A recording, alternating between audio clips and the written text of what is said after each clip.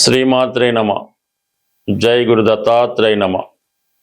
ఈ వీడియోలో మనం కర్కాటక రాశి వారికి 2026 ఆగస్టు నెల మాస ఫలితాలు తెలుసుకుంటున్నాం.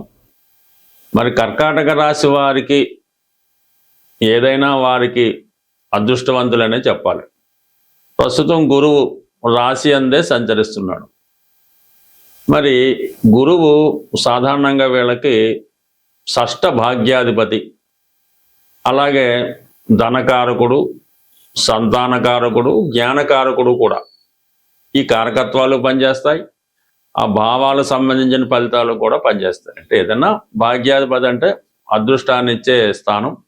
అటువంటి భాగ్యాధిపతి రాశిలో సంచరించినప్పుడు జాతకుడు ఖచ్చితంగా అదృష్టవంతుడై తీరుతూ ఉంటాడు.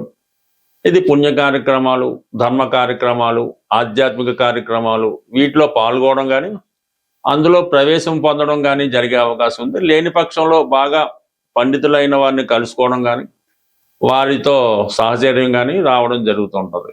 ఏదైనా జాతకుడు నడవడికలో మార్పు వస్తుంది, తనకు తాను మంచి మార్గంలో వెళ్ళాలనే ప్రయత్నాలు విజయవంతం అవుతుంటాయి. ఇది సాధారణంగా విద్యార్థులకి చాలా కలిసి వస్తూ ఉంటుంది. అయితే ఈ ఆగస్టు నెల 17వ తారీఖు వరకు కూడా రవి కూడా అదే స్థానంలో సంచరిస్తూ ఉన్నాడు. అంటే రవి ఈ కర్కాటక రాశి వారికి ధనకారకుడు, ప్రభుత్వానికి సంబంధించిన ప్లానెట్ అవ్వటం వల్ల జాతకుడు స్వయం కృషితో ధన సంపాదన చేయడం కానీ, ప్రభుత్వ ధనం అంటే ఉద్యోగ ప్రయత్నం వల్ల అయితేనే, రాజకీయ ప్రయత్నం వల్ల అయితేనే, ఏ కారణం వల్ల అయితేనే ప్రభుత్వ పథకాలు జాతకుడికి అనుకూలంగా రావడం వల్ల ప్రభుత్వ ధనం సంపాదించే ప్రయత్నాలు నెరవేరుతాయి. అలాగే ప్రభుత్వ సహకారం కూడా నెరవేరుతుంది. అలాగే కుటుంబ సభ్యులంతా కూడా జాతకుడు చెప్పినట్టు నడుచుకోవడం జరుగుతూ ఉంటుంది. అలాగే మరి కొత్త ఉద్యోగ ప్రయత్నాలు చాలా వరకు ఫలిస్తాయి. అంటే ధనకారకుడు షష్టాధిపతితో కలిసి ఉన్నప్పుడు కంపల్సరిగా చేసే ఉద్యోగ ప్రయత్నాలు ఫలిస్తాయి.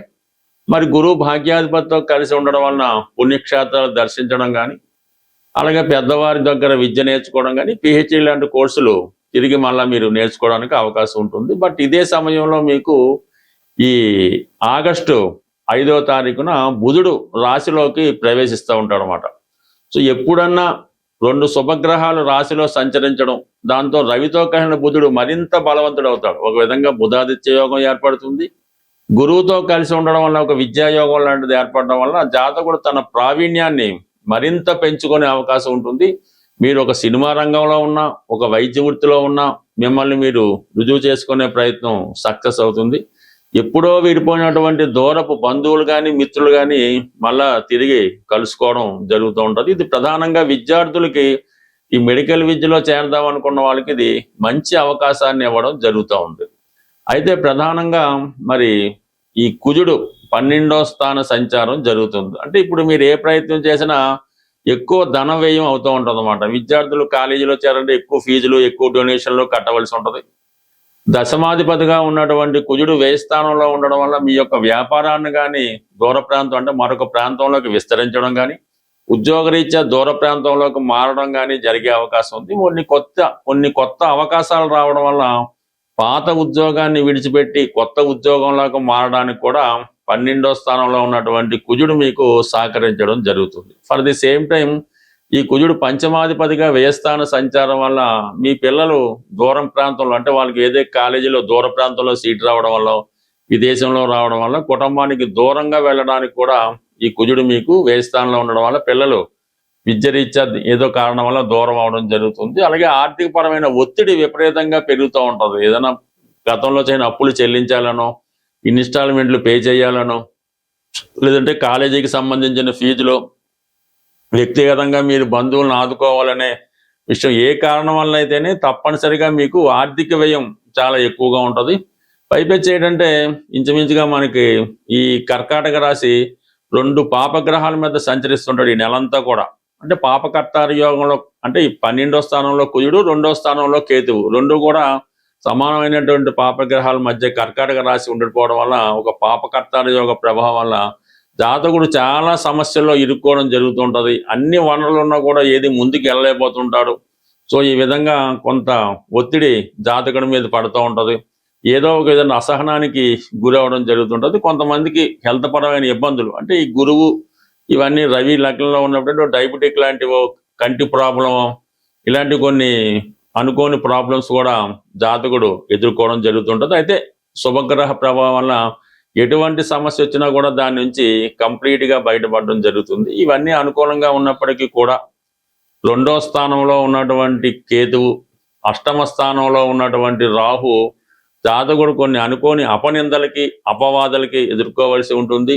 మీ యొక్క అభివృద్ధిని చూడలేక మీ కుటుంబ సభ్యులు మీకు వ్యతిరేకంగా పనిచేయడం జరుగుతుంది. మీ యొక్క రహస్యాల్ని, బలహీనతల్ని ఇతరులకి మీ కుటుంబ సభ్యులు కానీ, మిత్రులు కానీ అందించడం వల్ల వారు మీ మీద అటాక్ చేయడం కానీ, మిమ్మల్ని మీ మీద బురద జల్లే ప్రయత్నం కానీ జరిగే సూచనలు కనబడుతుంటాయి. బట్ ఏదైనా కొన్ని అపవాదాలు, అపనిందలు జరుగుతాయి. రహస్యంగా ఉంచాలనుకున్న విషయాలు బయటపడడం వల్ల కొంత అంటే అది మీ మంచితనం వల్ల, హెల్పింగ్ నేచర్ వల్ల, దానివల్ల కూడా కొంత ఇబ్బందులు మీకు కలిగే అవకాశం ఈ సమయంలో కనబడుతుంటది. కాబట్టి సాధ్యమైనంత వరకు సంబంధం లేని విషయాల్లో కలగజేసుకోకుండా ఉంటే మంచిది.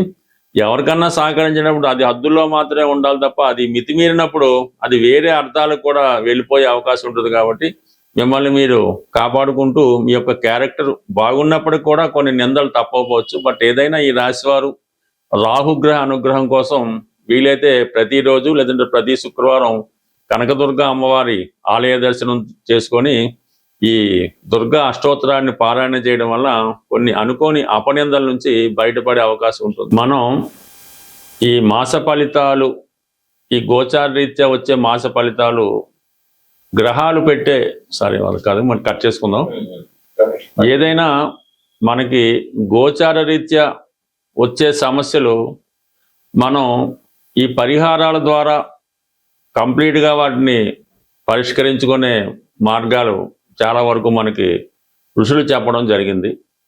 అంటే మనకి ఇప్పుడు ఏలినాటి శని వచ్చింది, అది ఖచ్చితంగా ఆ ప్రభావం అనుభవించాలంటే అది ఖచ్చితంగా అయితే కాదు, మన చర్యల ద్వారా, మన క్రియల ద్వారా, మన ఆత్మబలంతో ఇటువంటి ఏలినాటి శని అవ్వచ్చు, అష్టమ శని అవచ్చు, ప్రతిదాన్ని కూడా మనం మనకి అనుకూలంగా మార్చుకోవడానికి అనేక ప్రయత్నాలు మనకి పెద్దవారు చెప్పడం జరిగింది.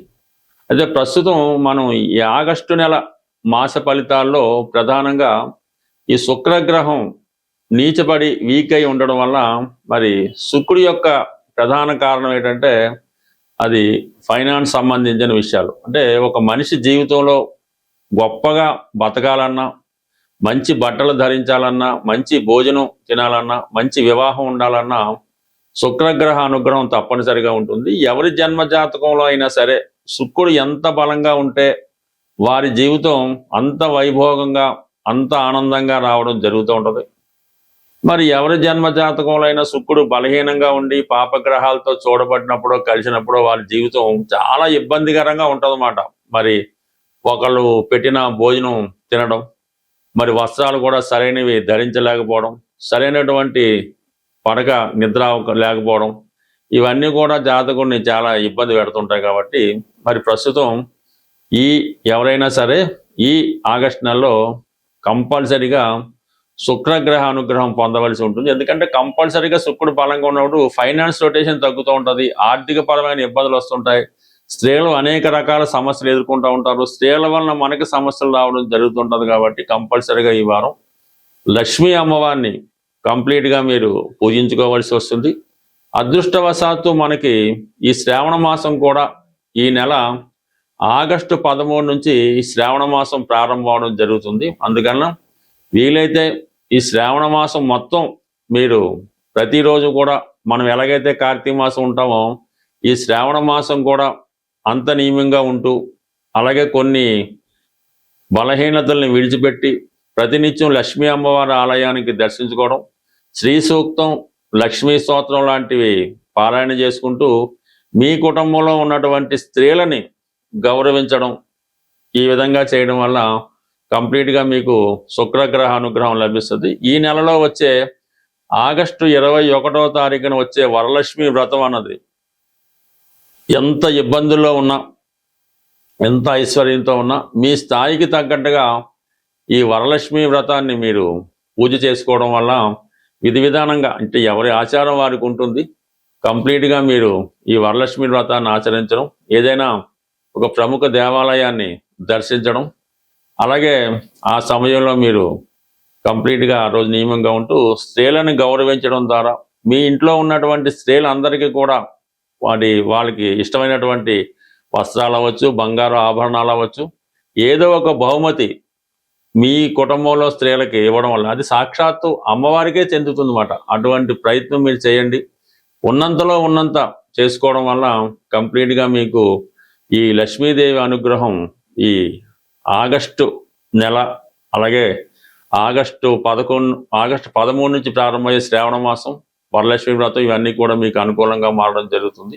అది ఏదైనా కొత్తగా వ్యాపారం పెడదాం అనుకున్న వాళ్ళు ఆగస్టు 11 తర్వాత, అంటే గురుమౌఢ్యం పోతుంది, గురువు మళ్ళా ఫామ్లోకి రావడం జరుగుతుంది కాబట్టి ఆగస్టు 11 తర్వాత ధనానికి సంబంధించినటువంటి వ్యవహారాలు ఏవైనా ఆగస్టు 11 తర్వాత ప్రారంభించుకుంటే దాని తర్వాత మీకు ఆర్థిక పరంగా అనుకూలంగా ఉంటుంది.